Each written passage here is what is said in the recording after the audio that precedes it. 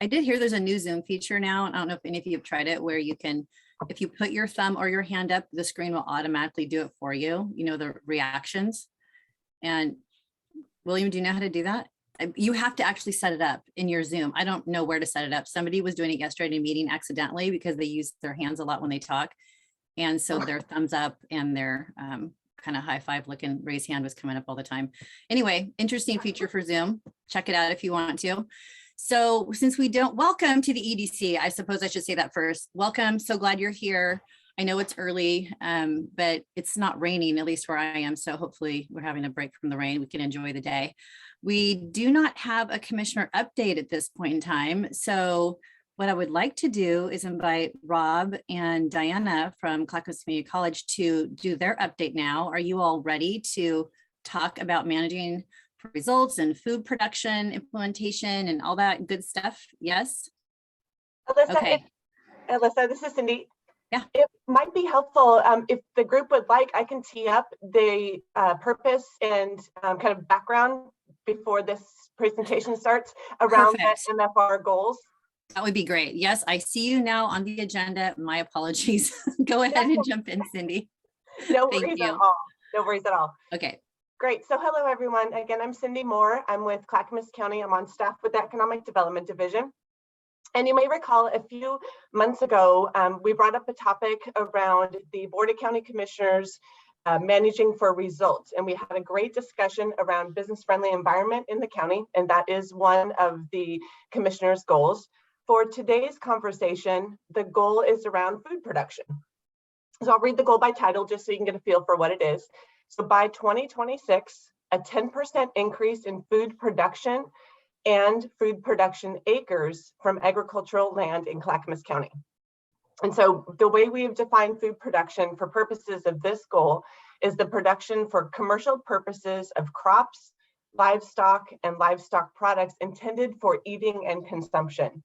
So really the goal, the purpose behind this goal is to really take a look at what our ag producers are doing in Clackamas County and get a sense of how we can increase food production and food production acres, thus positioning us in a sense in a better way to take care of our own should something happen with things like supply chain that we're seeing right now, or a mega disaster where we have bridges down. That now that's a doomsday scenario, but that was kind of the conversation that arose around this particular goal of increasing food production, just knowing that that's such a valuable economic driver in Clackamas County. So in 2012, we had an agriculture investment plan that was created and developed and implemented for a few years. Rob was a huge driver in that process, and the Small Business Development Center had components of that within their work plan. So we have some great history with Rob in the Small Business Development Center, and then getting to meet Diana and learning more about the offerings that they have to our farmers and ranchers and growers, and we'll get into that in a little bit. We just thought this was a perfect time, given the goal that we have from the Board of County Commissioners and the work that's happening on the ground, to make sure that you are all aware of these services and programs. The county's not looking to step on any toes or recreate any programs that aren't already happening and running well. We're trying to assemble all of the partners around this collective goal of increasing food production. And so that's part of the reason why we wanted to have Rob and Diana here with you today. So we have an internal implementation team around this goal. We have representatives from Water and Environmental Services, our Assessor's Office, Development and Transportation Division. And I wanted to give you a flavor of the types of questions we're going to be asking our partners as we go through this discovery phase. So what's the mission of the organization? And you'll learn a little bit from Rob and Diana about what they do today. And we're asking this of all the partners that we speak with. The primary clients that you serve and the customers, what of your services are most utilized, so we can get a feel for if we had the opportunity to make some investments in supporting programs, we would know what those best returns on investment would be. And then what is working in the industry and not working. And so we really get a helpful idea of trends that are happening in the industry and where the county could play a role in moving that needle. So let's see, a couple of things that we know now, and I know Diana's going to speak to this as well. Most farms on average do not generate enough revenue to encourage the next generation of farmers. The active age of farmers is over 70. Outreach and receptiveness to partners of this work has been very strong. So that's on the positive side. And then we also have, like I mentioned, the intradepartmental support to execute the deliverables in this goal. Things that we want to know are the diverse business community, who the property owners are in the ag space. Do we have things like a quick fact document? And I'll be talking with the Soil and Water Conservation District, as well as the Clackamas Farm Service Bureau in the next couple of days with the team. And I'm thinking about the EDC also and how our partners could engage in this process. And our dear friend, Lynn Wallace, has done some great analysis for us. So, Lynn, we look forward to talking to you in the next few months about how the Oregon Employment Department and the data that you house might contribute to the overall goal. So in a nutshell, that's just setting the stage for the actual goal itself. These came to us from the Board of County Commissioners. So it's a full staff effort to manage these implementation teams. And we look forward to your contributions as the EDC as a vital line of support to the commissioners around economic development. So with that, if there's any questions for me on the goal itself, I will take them now. Any questions for Cindy? Lynn. I don't think I have a question, but I do have a couple just things to throw out there you may or may not know. The Census of Agriculture, does a really good job of counting farms in each county. The latest, they do it every 5 years. So the latest we have is 2017. And this year will be 5 years from there. And so we'll have another one in 2022. And it's really excellent information. Also, I had a request for the number of farms in Clackamas County, having a real hard time other than using the 2017 census, which is pretty outdated now. And so I've been a master gardener, Oregon Extension Service master gardener since whenever, 2004 or something. So I contacted the office and to see how much they were dealing with, communication with the farms, and they do not keep the data, but they might be somebody that maybe you could work with the Extension Service. Yep. And I don't know, what it would look like, but maybe keep them in the back of your mind, because we do a lot of work in Clackamas County, and have one-to-one information from with a lot of people that farm and take our classes and things like that. So, okay. Thank you so much, Lynn. That is a great resource. And we did go out and tour the NREC facility last fall. And so we got some great information from Mike Bondi and his team. Mike has since retired, but we have a new leadership team. So we're looking forward to that. The great thing about all of these goals is that they're future thinking. So we have the opportunity to work on this for the next 3 years. So we have some time there. So looking to make some movement out of the discovery phase into implementation and what we can start doing on the ground right now, which is why we thought it was so timely to have Diana and Rob, because I know that they have some great ideas of how the county can support agriculture businesses in this space. Any other questions? All right, that's it for me. Thank you all. Cindy. Thank you. Thanks for the update.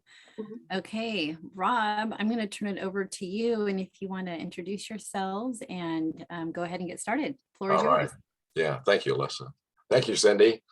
Well, it's good to see all the EDC. I feel like I'm coming home again in some respects. There's a lot of familiar faces that I see on here. William, Lynn, let's see, Vance was here. Bridget, I know. Laura Edmonds, longtime partner.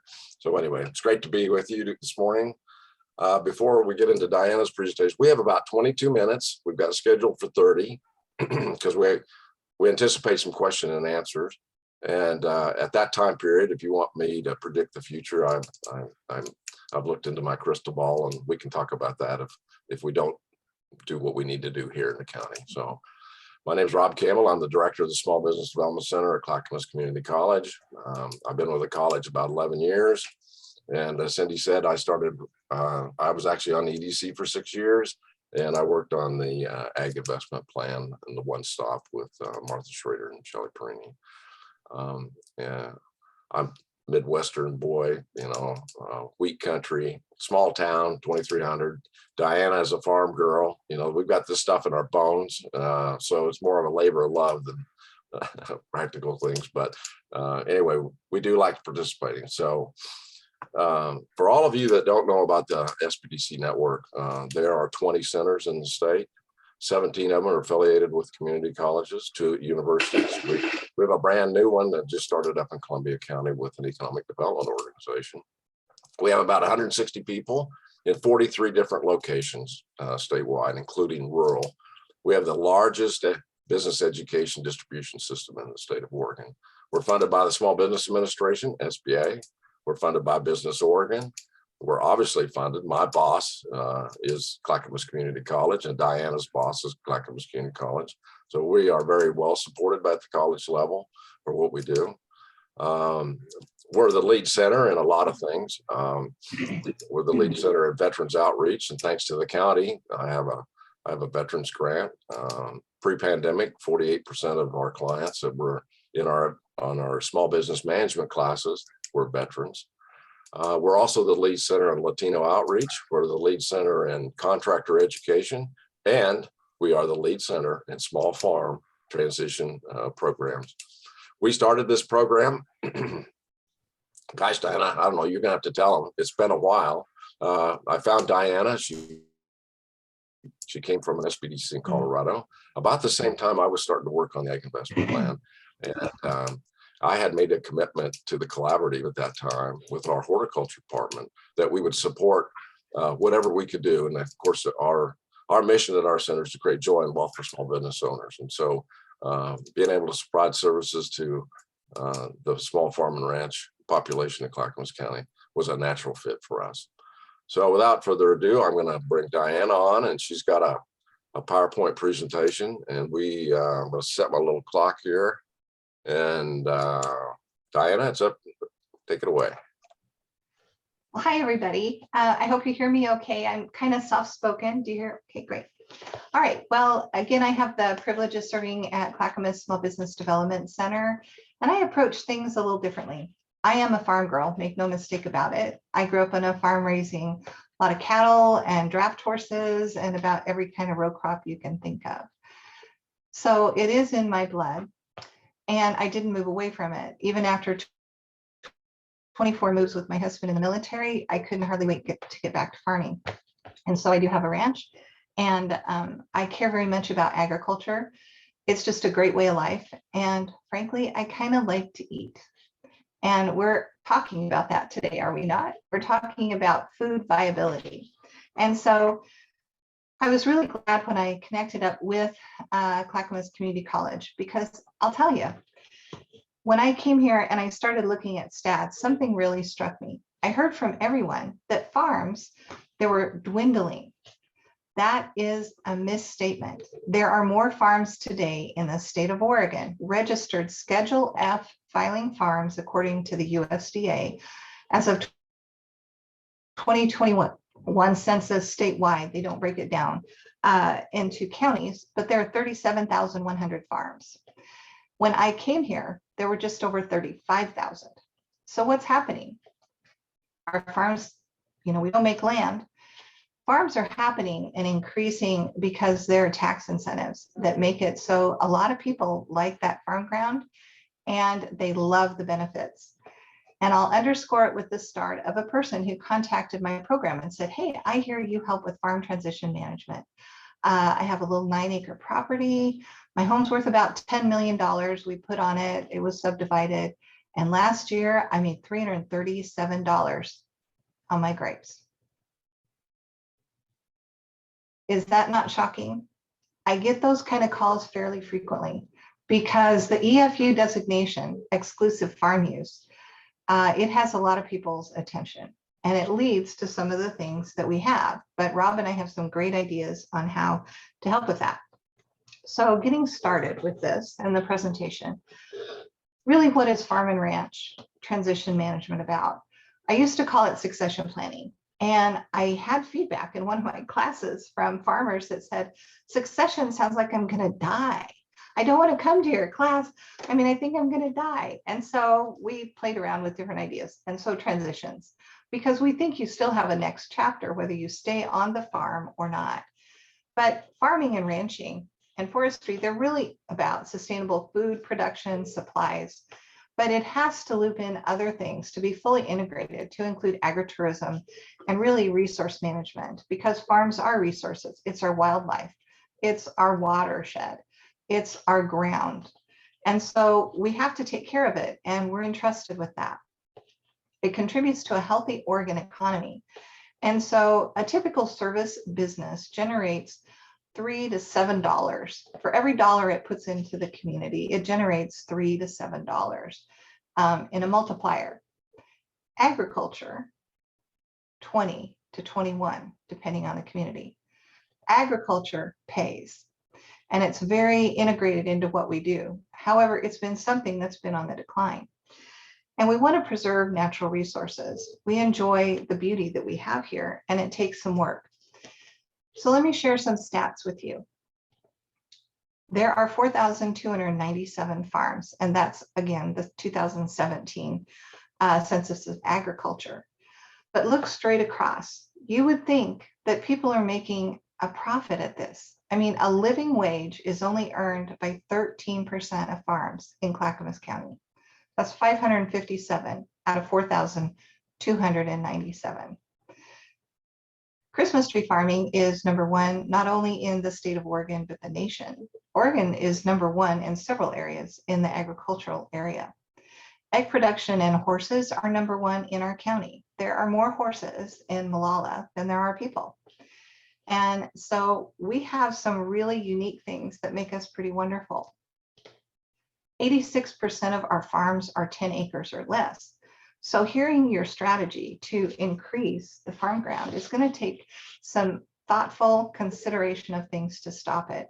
Because if you look at the two primary websites today that handle agricultural sales, LandWatch and LoopNet, there are almost 5,000 farms and ranches for sale in the state of Oregon. And remember I said 37,100?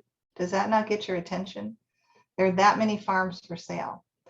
And they're on there, the average days to sale is edging toward almost 900 days. We're getting close to 3 years. A farm sits before it sells. That's a long time. And the land values in our state are very high. We also have another uniqueness, and I see it in my class. The average age of my students right now, when I started, it was around 62, 6 years ago. The average age in my class now is 77.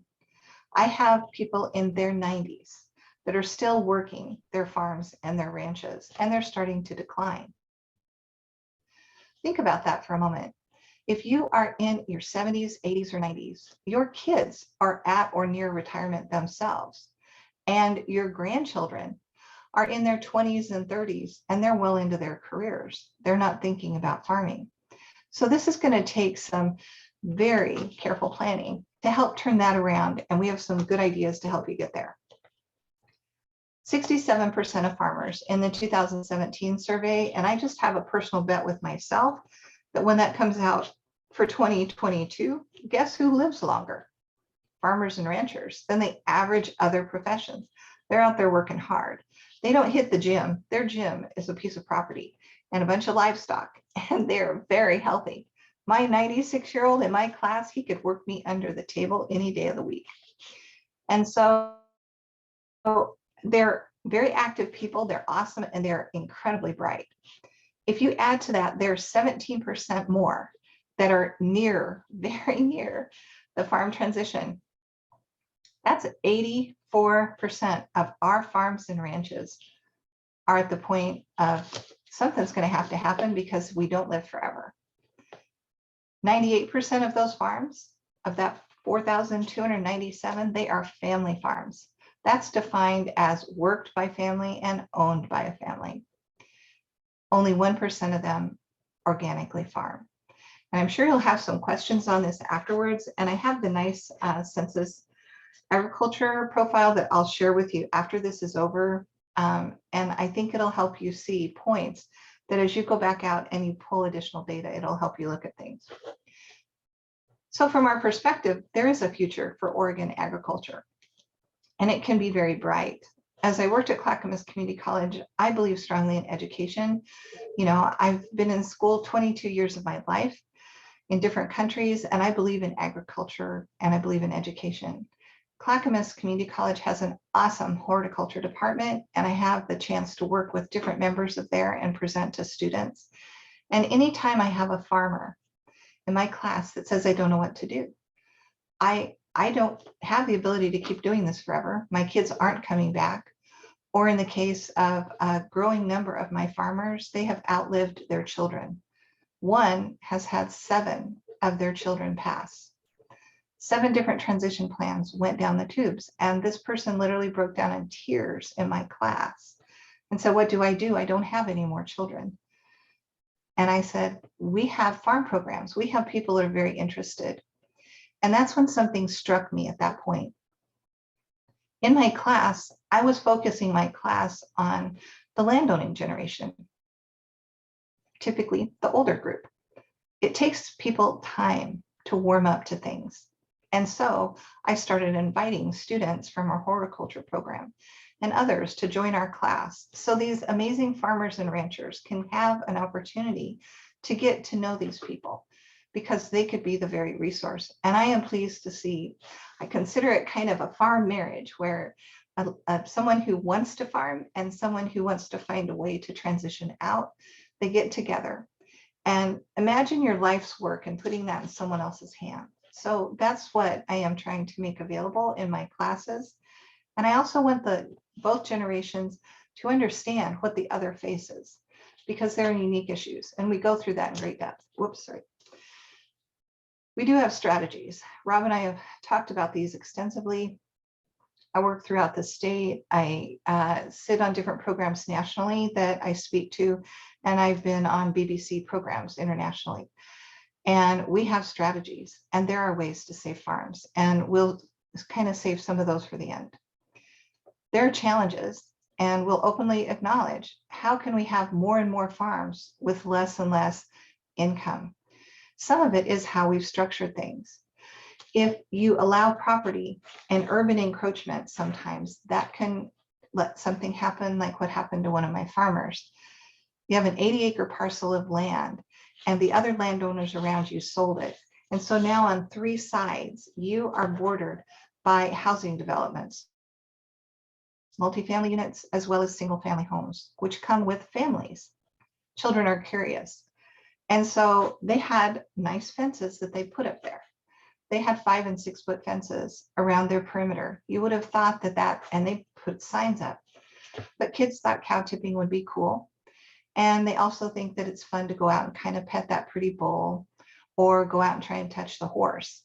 And so it's gotten increasingly expensive. The lawsuits have ensued, and these people have made a genuine effort to keep their way of life and still be able to fit in the neighborhood. And frankly, they've lost. They're going to sell their farm because they have no choice, because they can't afford the lawsuits anymore. And that's pretty sad. There's a past element. We have a territory that is so rich in history, being on the Oregon Trail. One of the students in my class has the oldest standing barn in the state. And he has experienced over the years, getting to the present, the way his family transitioned their farm is they parceled off.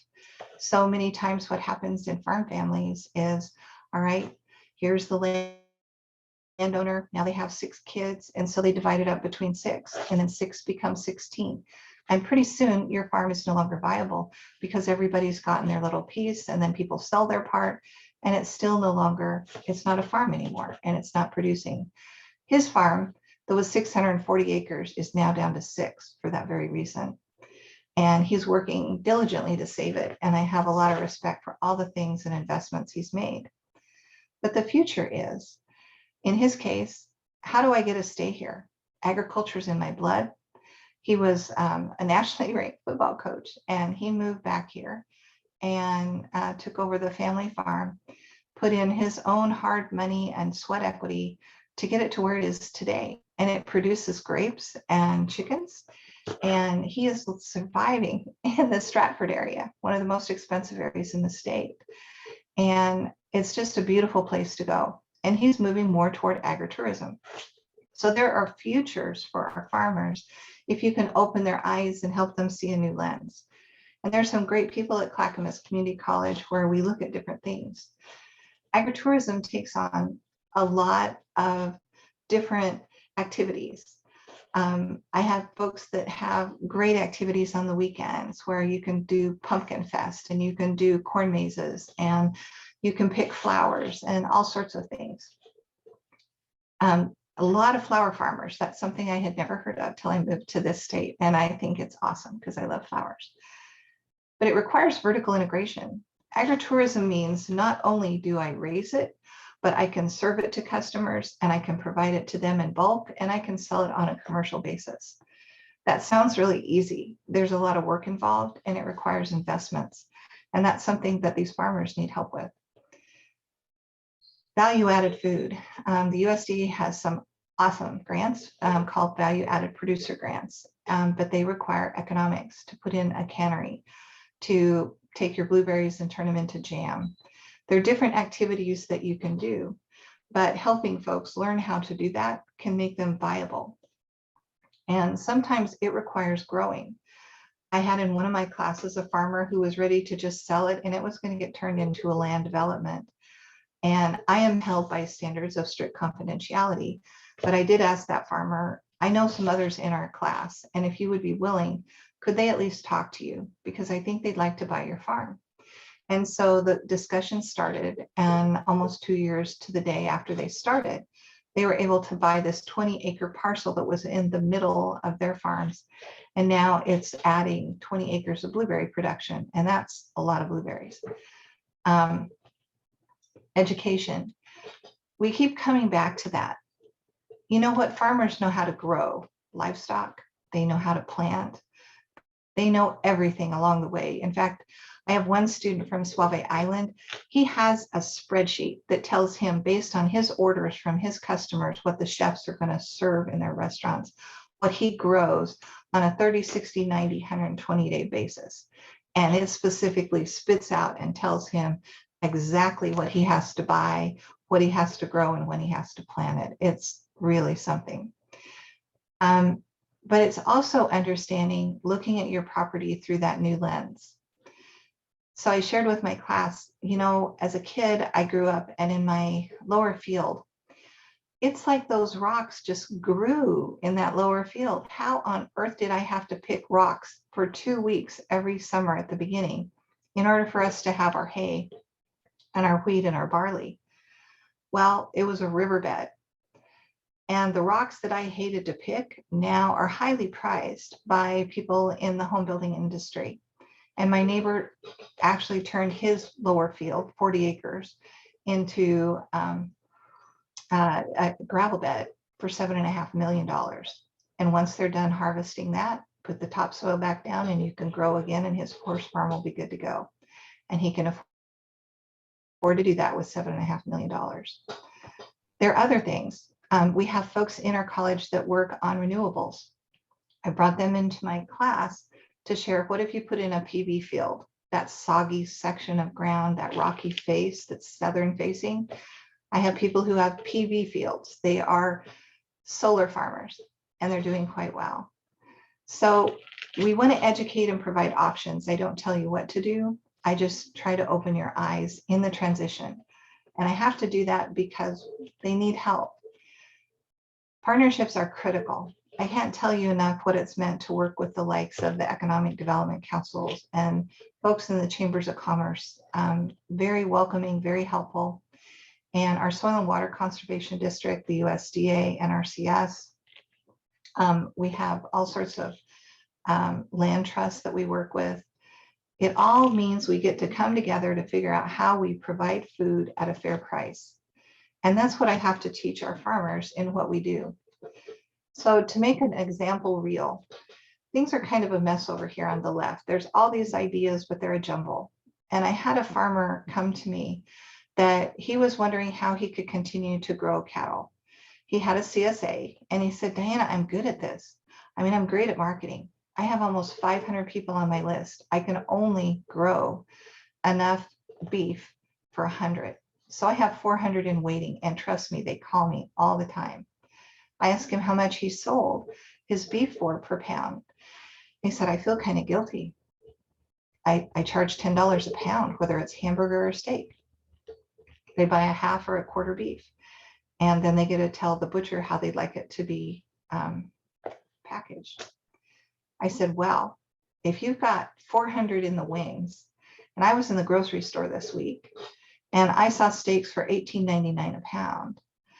I'm thinking, what would happen if you raised your price to $15? And his eyes flew open and he said, you gotta be kidding. I said, no, I'm not. If you lost half of your customers, I am willing to bet in the people you have left, you're gonna find people that do that. He did it. He doesn't have a problem anymore financially. He finally has benefits for his family and he doesn't have to give up the family farm. But I said, it doesn't stop there. Don't people around you raise beef? Don't you have a community of people experiencing the same thing you did? Then how come you don't market their beef and you keep $1 or $2 a pound for your efforts and they start getting a better wage for what they're doing? And so that's when you line things up and you help people make sense. Good people working really hard, but we work toward viability in the things that they do. And so I know I've gone through a lot of information and ideas here, but you'll find I am passionate about farming. I love farmers and ranchers. They are hardworking people. They are honest and they're very genuine. In my classes, sometimes I'm just taken back by their stories and helping people see the successes. I had one person that in my class, he said, you know, Diana, I'm taking your class. I'm an accountant too. My wife talked me into coming to your class, but I just don't see how this farm transition is going to happen. I have an old Alice Chalmers tractor, and I am the only one that can fix it. I have 2 daughters, and they are incompetent mechanically. They're bright young ladies, but they cannot fix a thing to save their soul.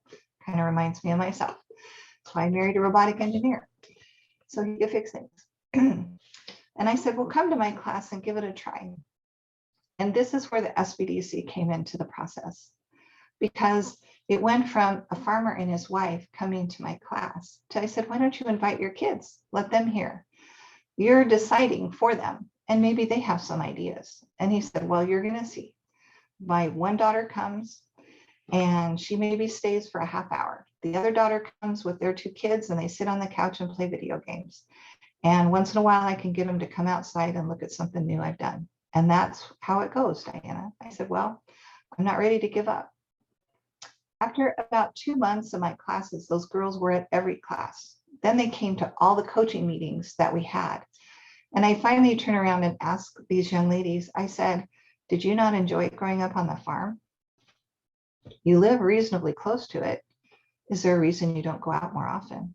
And they said, well, we just didn't really see how we have a part. And I said, would you not like a little more income? Because in learning what they wanted and their goals, they wanted a little more income, each of them.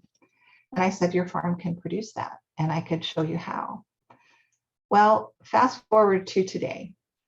About a year and a half ago, the farmer, after they finished the class, I looked at him and I said, you're willing to mean and tell everybody here that this farm transition isn't going to happen. And I know you have the money because I've gotten to know you and your wife pretty well. You could go buy a really nice new tractor that they don't have to maintain, and you can putter with your other one to your heart's content. And so he did. And now his complaint with me is he doesn't have tractor time because those girls are out working that farm every single weekend and some nights. And those kids that were playing on the couch on a computer are out helping grandpa, having the time of their lives. And the one 14-year-old girl is helping grandpa learn how to market what they grow. and she's set them up a website and done everything else for them. And so I believe agriculture has a place. I believe it is viable and it's worthwhile. And we teach that in our program and we have results. Thank you, Diana.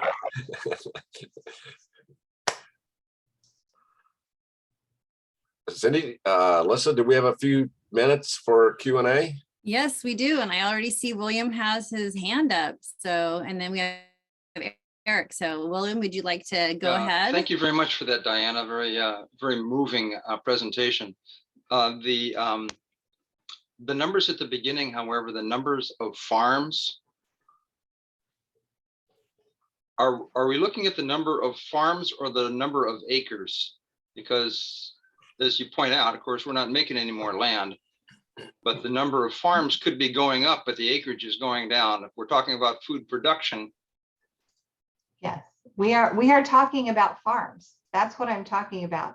Number of farms is going up, food production is going down, and living wages per farm are going way down. I guess what I'm saying is if the number of farms is going up, I'm imagining those are smaller farms. Exactly.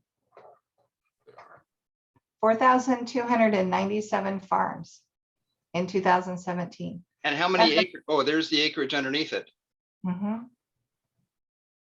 Okay, I hadn't Acreage seen is that. going down, and that's what's happening. These farms are getting chopped up. People want to build their stately homes on that acreage, take advantage of that EFU designation and lowered property taxes, and have grapes or 12 chickens or whatever they want to grow to qualify to be a farm and have that benefit. I'll send this to Cindy so she can share it with everyone. It's very educational. This is the one pager that that we heard that's out there and is getting updated this year. This is what I'm talking about by viable. You are not a viable farm if you're not making less. If this is what I said, from here down is viable. That's my 500. Here up, this is where the majority of farms are. They're sitting in here. How could you feed a family on 9,000 or 10,000 bucks? You can't. You can't pay the taxes on it, let alone hardly anything else. So you might be viable at this point because the farm pays for the utilities, it makes the property payment, that probably makes it so that you're just eking a living by at this point. And that's eking is probably a understatement. So these are the people that they're out really working to make a profit. And this tells you look at this, the percent. So your goal is right on. I would not be discouraged in any way. I believe it is possible because there are incentives that could be created. There are programs and linkages with internships and other things. The Headwaters Farm in East Multnomah County is award-winning nationally. Conservation easements can be restrictive things that are recorded on a deed of trust that say this farm, it stays a farm. In fact, it can be so restrictive, you could say it stays in blueberries. It's not just a farm, it's in blueberries. And anybody who buys it, it'll be a blueberry farm. And those are tools that you can use to help transitions occur. Because remember when I told you, you have all these outside family influences and it gets divided up because everybody wants their piece? Well, many times they've moved away. And so the folks that have moved away, while they maybe enjoyed their childhood and growing up there, their home is somewhere else now. Their family is somewhere else. And so they just want their piece. And the only way for them to get their piece is for the family farm to be sold.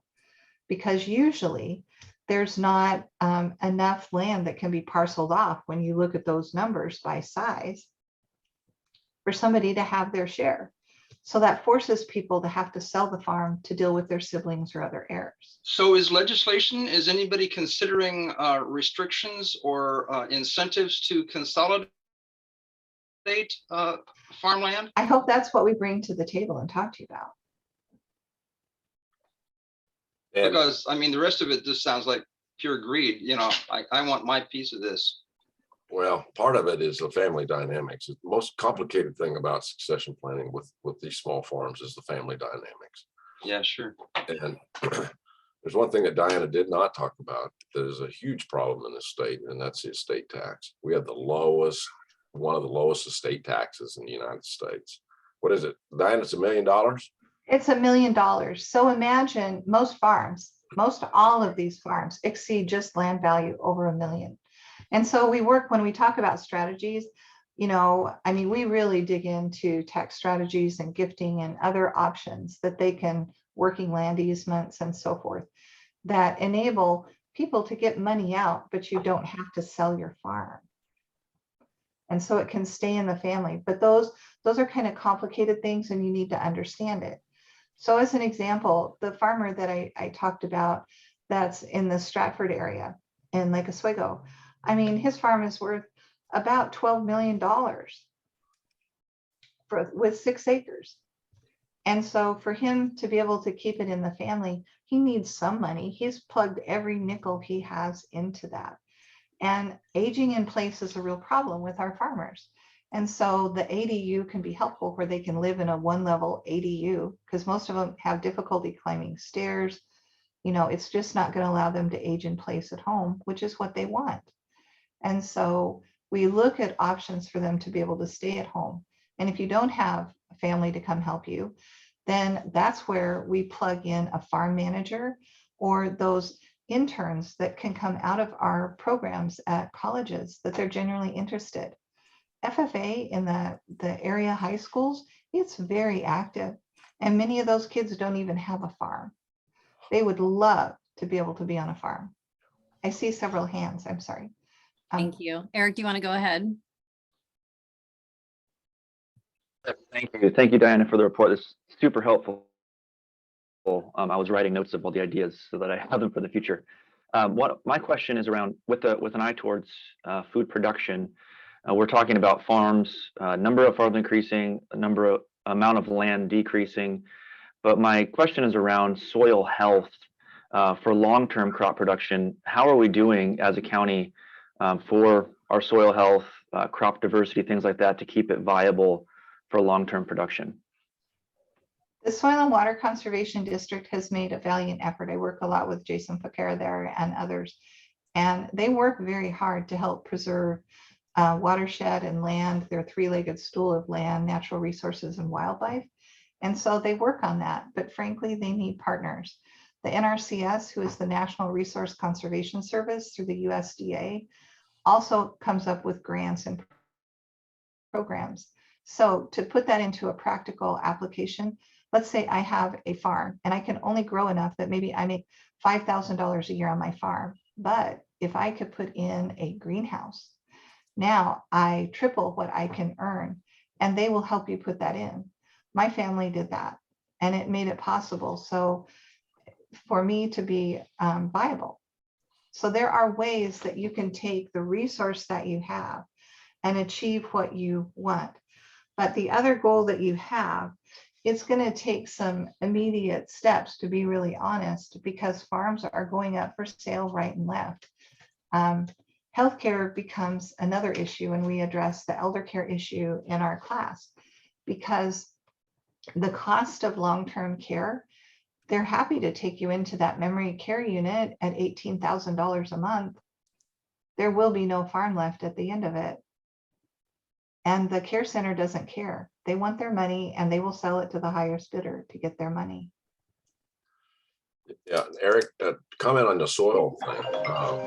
It is a big issue, particularly in commodity crops. If you know anything about corn, wheat, potatoes, the monoculture yields, mostly GMO related, but I've read maybe 60 to 70 future plantings unless something is done, because we've gone from mechanized production to no-till chemical production. And that's the problem with the soil, particularly in commodities. Now, where we are, we have a very, like you've seen the numbers, very diversified, and it's really easy to keep the soil healthy here because we have water and we have we don't have really the monoculture issue. You do a little bit in alfalfa and hay. You know, you can get 6 cuttings a year versus like 3, you know, if you do GMO, but it's really not that big of an issue right here.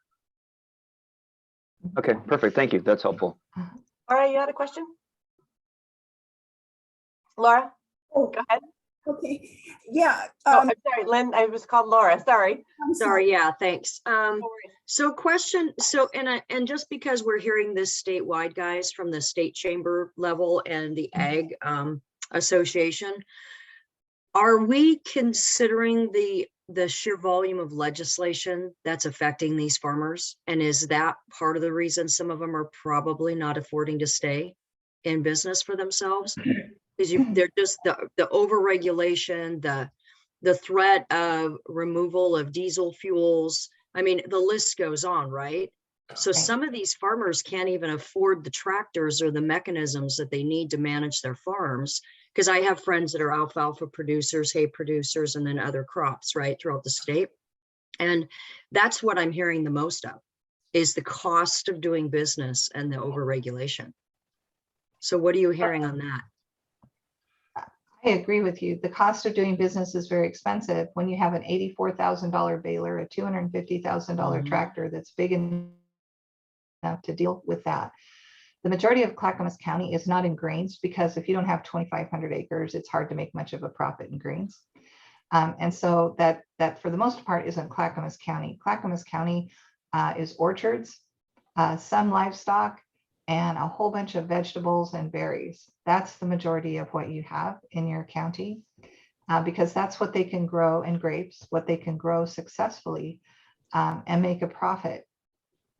And so keeping the ground that we have in agriculture and inviting people that are sitting on fallow ground to put it to work would be very helpful. There's a lot of fallow ground out there. And if it's in EFU and they don't have to make hardly anything, it's going to sit there, not in production. And Laura, I'm very empathetic to this because not only do you have rising fuel costs, but you have rising fertilizer and chemical costs. If you have an orchard, for example, I mean, you have to do some treatment. And there's organic type treatments too, but a lot of them are petroleum based. Anything that's associated, I see it in construction all the time. I mean, anything that's tied to oil, look at comp roofs and carpets and, the list goes on and on. So I think there's a big struggle going on because, well, mostly because of the Russian-Ukrainian situation, not so much for oil. That's a completely different topic, but particularly with, well, I think there's going to be a huge food shortage in Africa, because a lot of that grain was coming out of Ukraine, and so it's going to be disrupted. Laura, you do raise a really good point, though, on the policy. Rob, if you don't mind, if I just jump in on this part, because this implementation team, that's part of what the commissioners are looking for when they talk about, what's the county impact, what types of things, actions could the county take to move this needle around this goal. And if it's policy related, that's exactly the type of conversations we want to tee up. So we are collecting all of this data. So the factual data, the baseline data, but then on the policy side, this is where the EDC and the commissioners really come into play. So I love that we're asking these things, these types of questions. We'll be taking our update to the commissioners. And so if it's policy related, that's going to fold right in there really nicely. So Lynn, I think you had the next question.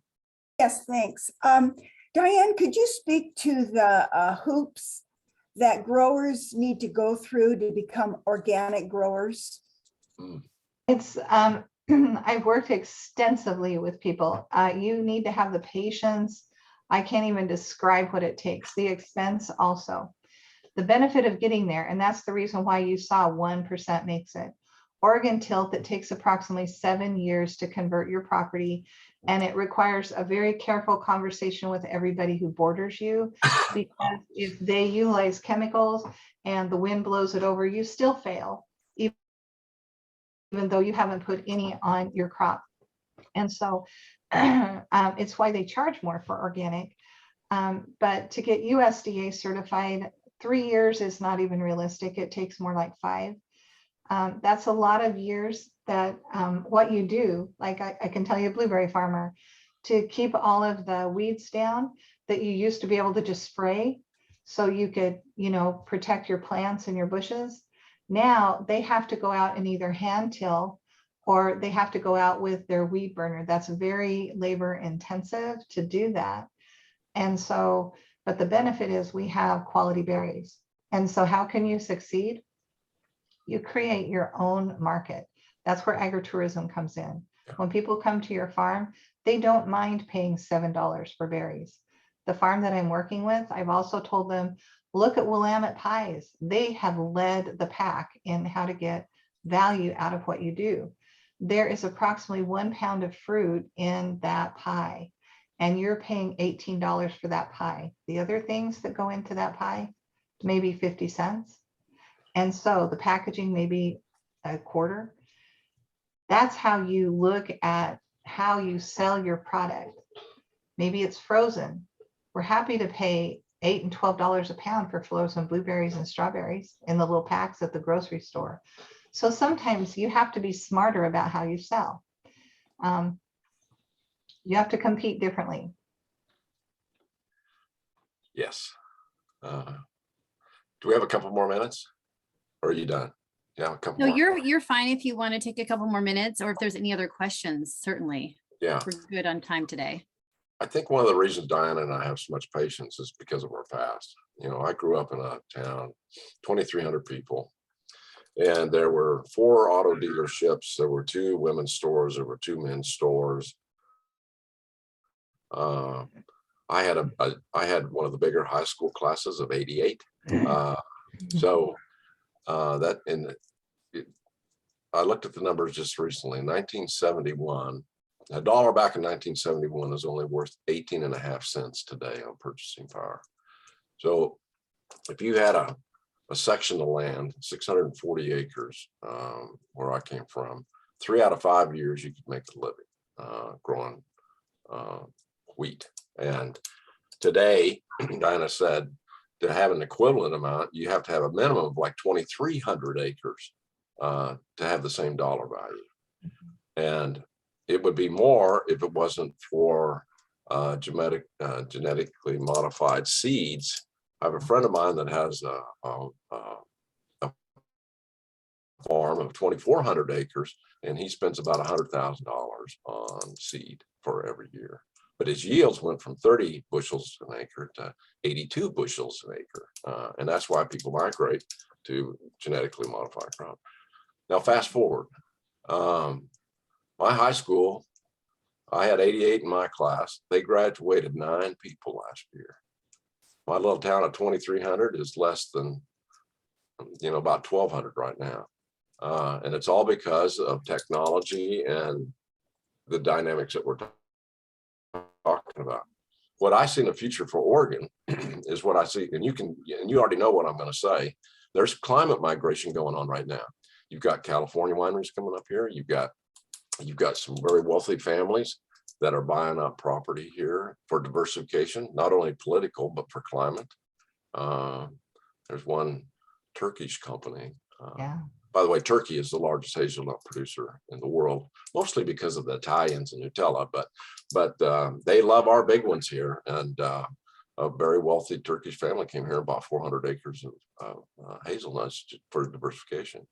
We also know about the water situation, the climate stuff. You see it now. You see it for people. Every 4th car I see on 217 has got an out-of-state plate. That's going to continue. But the thing that I see is the bigger people, I'm talking about mostly the corporate and investment, private equity people. They want vertical integration. They want to go from dirt to mouth. And I think that's the biggest threat to the small farmers around here over time. So I'm happy that the county is really taking a look at this. We took a look at it a long time ago and kind of fell apart when the food hub fell apart, but it's really important. And from an economic standpoint, the more food that we buy from each other here in our own backyard, the much better off that we all are, for an economic viability.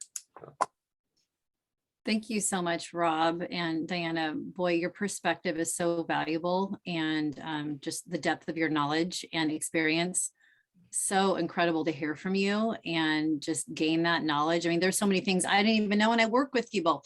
So, and I'm sure the rest of the commission here agrees with me on that. So we really do appreciate your time. Were there any other questions that folks just thought of that they didn't have a chance to ask that they wanted to ask before we wrap up this agenda item? So real fast, you alluded to, Diana, I guess, and I'm bothered by the comment about the trespass and the volume of lawsuits. I think if we talk about the politics of things and regulation and stuff, I can't get my head around, because as a kid growing up in farm country, I too trespassed. I mean, yeah, it's like the daring, right? Go out, touch the bull's butt, and you run back to the fence, right? So I think some of us farm kids kind of did that. But I guess the question is that where are the rights of the landowner when it's a trespass, right? And so I guess maybe, and we don't have to go into that conversation today, but I think that that's part of the regulations and stuff that we might want to talk about, where if it's, and then especially I think the cost of insurance for some of these farmers and ranchers is on the rise too. So that might be some of the stuff we have that conversation down the road about, because that's really bothersome to imagine that somebody's trespassing on my land and I'm the one that's going to get sued because their child was hurt. So I think that's a future conversation, but very important to have, because that's another variable of overregulation. Yeah, thank you for that comment. I don't know, Rob or Diane, if you wanted to address that at all, or I just agree. Yeah, I agree. Yeah. I think that one of the first things we could do is take a look at the estate tax. That is a mess. Yeah, I agree. And taking it and having it earmarked for dedicated ag, take it from 1 million to 5 million or whatever, I think that would be a pretty easy thing to do with support from all of the partners that Diana's talking about. Yeah. I think incentives are important. So 1 second, William. So you understand that Oregon feels they put in a stopgap for that. They created the Oregon agricultural exemption. And so they say if you have property 15 million or less, as long as you have an heir work there 5 years before and 5 years after, we'll let you exempt up to $15 million. Well, that is not working so well, because who knows when the 5 years before and 5 years after. I mean, is it going to be 25 years? Is it going to be 20 years? So that's a little different. But people have to be able to make enough money. They need to be able to have education. And that's where internships, that's where other incentives come in, where you buy local and they get benefits from that. And you look at the property taxes that they pay. I would incent people from a property tax basis. If they were, their production was higher, I want to keep them producing. And I wouldn't mind giving away some of the taxes because I'm getting it on the backside in terms of they're selling their agricultural produce here, they're employing people, all those kinds of things. There are things you can do that you totally change the complexion of what the problem is by addressing what really is the problem. And Rob is right, $1 million. Almost every farmer faces that in my class. Anything over $1 million is 10%. Yep. Who has that in their bank account? The farm gets sold because there's no money. Yeah. If you can sell it.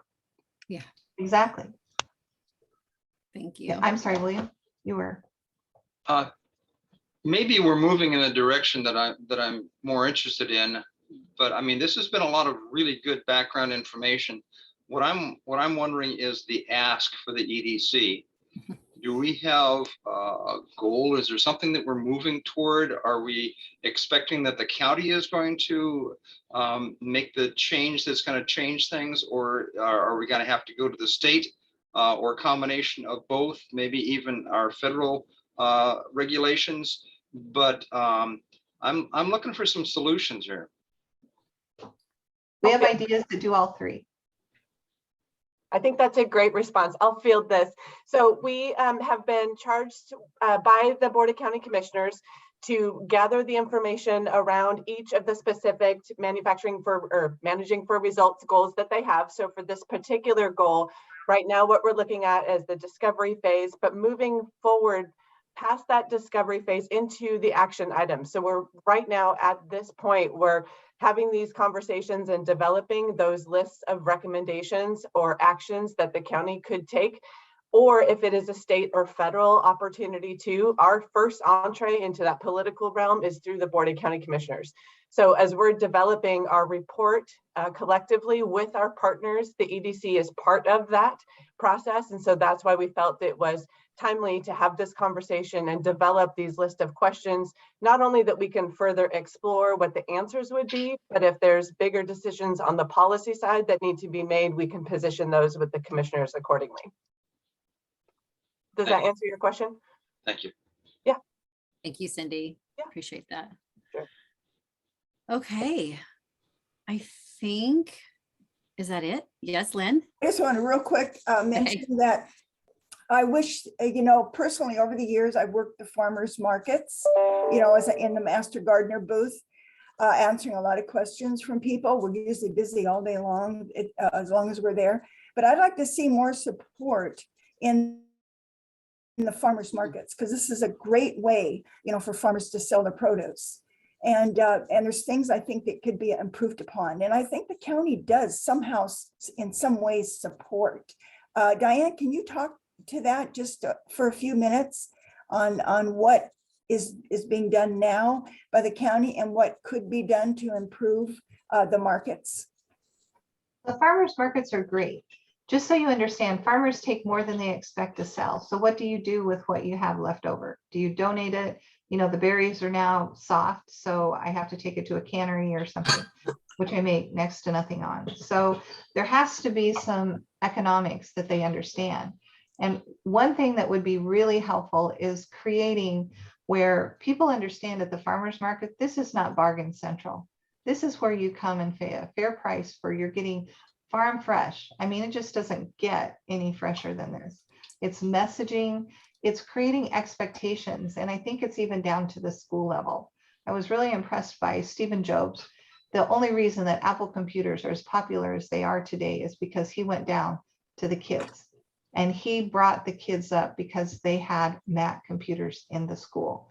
If we want people to understand the problem, we need to get in the schools, the little kids, and help them understand, because they go home and talk to mom and dad. And I really feel that we need a very broad-based approach, not just farmers markets, but everywhere. And inviting kids, and incentives for that. Yeah, set up space. There's lots of things you could do. Thank you. Okay. I want to thank you again, Rob and Diana, for being here today. You're welcome to stay on and listen about the Lottery Dollar Small Grant Opportunity, or you can go if you need to. But we really do appreciate all the information. I'm sure the conversations will be continuing and you'll be asked to be participating in those. So thank you again for talking about it again, even though it's been a while, and glad we're having the conversation. Thanks for having us. We appreciate you having the opportunity to share. Yeah, it's great. Thank you, Diana. Great job. Thank you. Thanks, Rob. Yeah, wonderful presentation. The PowerPoint in particular was great too. Thank you. All right, thank you. Okay, so we have the update that's coming up here, and I believe, Cindy, are you going to be providing that today? Okay, then I'll turn it over to you. Awesome. Thank you all. All right. So in line step with our efforts to support the agriculture community, one of the other items that we are looking at is deploying some resources, specifically financial resources, into this industry support. So as you might know already, and for those that don't, I'll give a quick recap. Our economic development program at the county is funded through lottery dollars. So those lottery allocations come in every year. The purpose of those lottery dollars are to further support economic development in your communities. That can be described in a variety of ways. For Clackamas County, about half of the allocation that we receive in lottery funds goes to support our program work. And so that includes the staff for the economic development program, our allocated costs and everything associated with running our programs. What we're looking at doing now is carving off part of that allocation of lottery funds to develop a small grants program. And that would be something that we could receive applications or proposals from entities that are looking to do things to support furthering economic development across the county. So about, like I said, a portion of that economic development fund of lottery dollars could be allocated for small grants specifically to the ag community. And so one thing, and this is still fluid, we're still talking it through, but wanted to bring this up and get this on your radar screen to help us form what this program could look like. So a couple of the ideas that we have, again, trying to move from this discovery phase with this goal into an implementation or action item.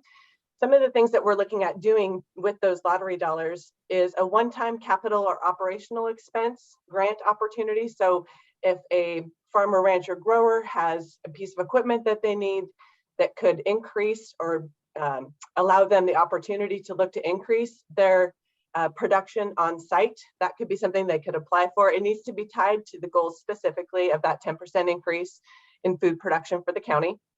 So that could be an opportunity there. We could also look at the transition planning support or succession planning support. Maybe there's an opportunity for scholarships that we could partner with the SBDC, much like we did with the COVID response dollars with the college to offer scholarships for folks to complete their degrees. Maybe we tie something like that specifically to the transition program to help that matchmaking that Diana mentioned. Also looking at developing an ag advisory board. Maybe is there something out there currently that is across Clackamas County, or could the county be the facilitator of such an advisory board? Kind of similar to what the EDC does, but specifically for the ag space.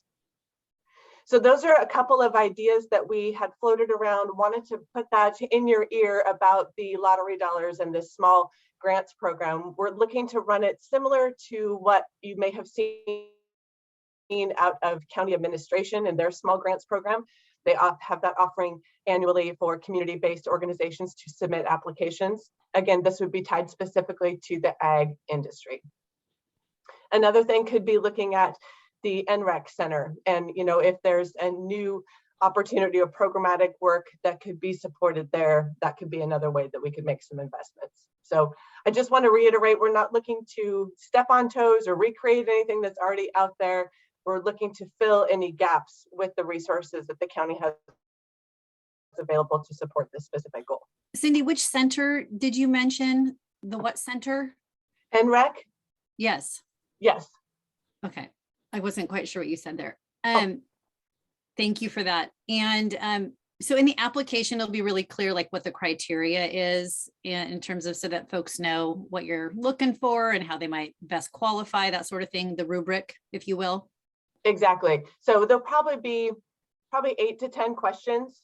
And we're also looking at the timing of deploying that grant application, because maybe there's not a certain time of year that works best with the agriculture industry. Maybe harvest time is not the best time to, hey, we've got a grant application and you need to dedicate some time to this when they're busy doing something else. So we're sensitive to that as well. But it could be for one-time expenses for operational needs, or if they're looking to maybe add another line to their production facility to increase that capacity. I'm really thinking about like outreach and how do we reach these folks, and barriers to entry and technological divide, all those things. So I'm sure those are things you all are thinking about that. And I'm noticing that Laura and Shannon both have their hands up. So do you guys want to go ahead, and Laura, do you want to ask your question first? Yeah, thanks. Cindy, question for you. So when you talk about these grants, and kind of we touched on it a little bit during the presentation with and Rob's comments back and forth. What if the grant can be used also, maybe one of the line items for, because the cost of, like with supply chain, the cost of resources right now is on the rise for these farmers. And because they are, they're not making a lot of money, could one of the options in the grant be used to actually help assist them in the acquisition of some of the supplies they need to go ahead and plant, like your fertilizers? Because all of that that's very costly right now, and it's just rising, right? So could that grant be used to help offset for the cost of resources and supplies that they need to continue planting? Just a thought, because Yeah. that's one of the conversations we're having for our grants through our BRC, is because the cost of the supply chain costs have just skyrocketed for these businesses. And it's no different for these farmers. Okay. I think that makes great sense. Thank you, Laura, for that comment, because that's what we're looking to gather, right? So what types of questions, how can we frame this application so it is beneficial? You know, what's the dollar amount? Is it 5,000 would make an impact? Is it the maximum of, 20,000 that would make an impact? We're still determining all of those factors, but questions like that are going to help us to get there. And I think that's, and having further conversations with Diana and her team and others in that space will help us kind of fine tune what that looks like. But I can see if you're buying fertilizer, that's a direct impact to increasing your production. So I feel like that could be a good fit. Still to be finalized, but definitely yes.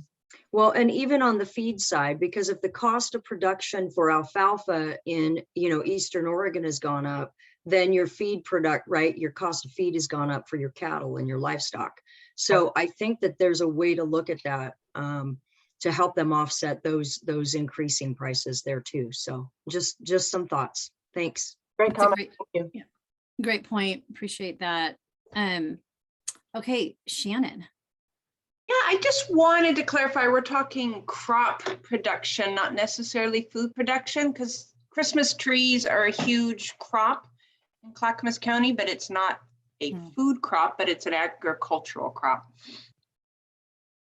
Great question. Thank you. So yes, for this particular goal, we're focused on food production. So consumable type of foods is what we're looking for, not to wholly exclude all the other things that happen in the ag space, but specific to this goal, it's about food that people can eat. Cindy, did you mention the amount that's available, the total amount in the pot, and I missed it? I did not mention it because we haven't quite determined it yet. Okay, So we're thanks. still shaping it up. And again, like I mentioned earlier, these are the types of questions that we're glad that we're getting from you, because that's going to help us fine tune what that full bucket looks like and how we allocate it. Okay. William. I'm still focused on 2 points that come up. One is Diana's comment about the fact that there's more horses than there are people in Molalla, and then the issue of rising costs of fertilizer. And I'm wondering if anybody is seeing a nexus of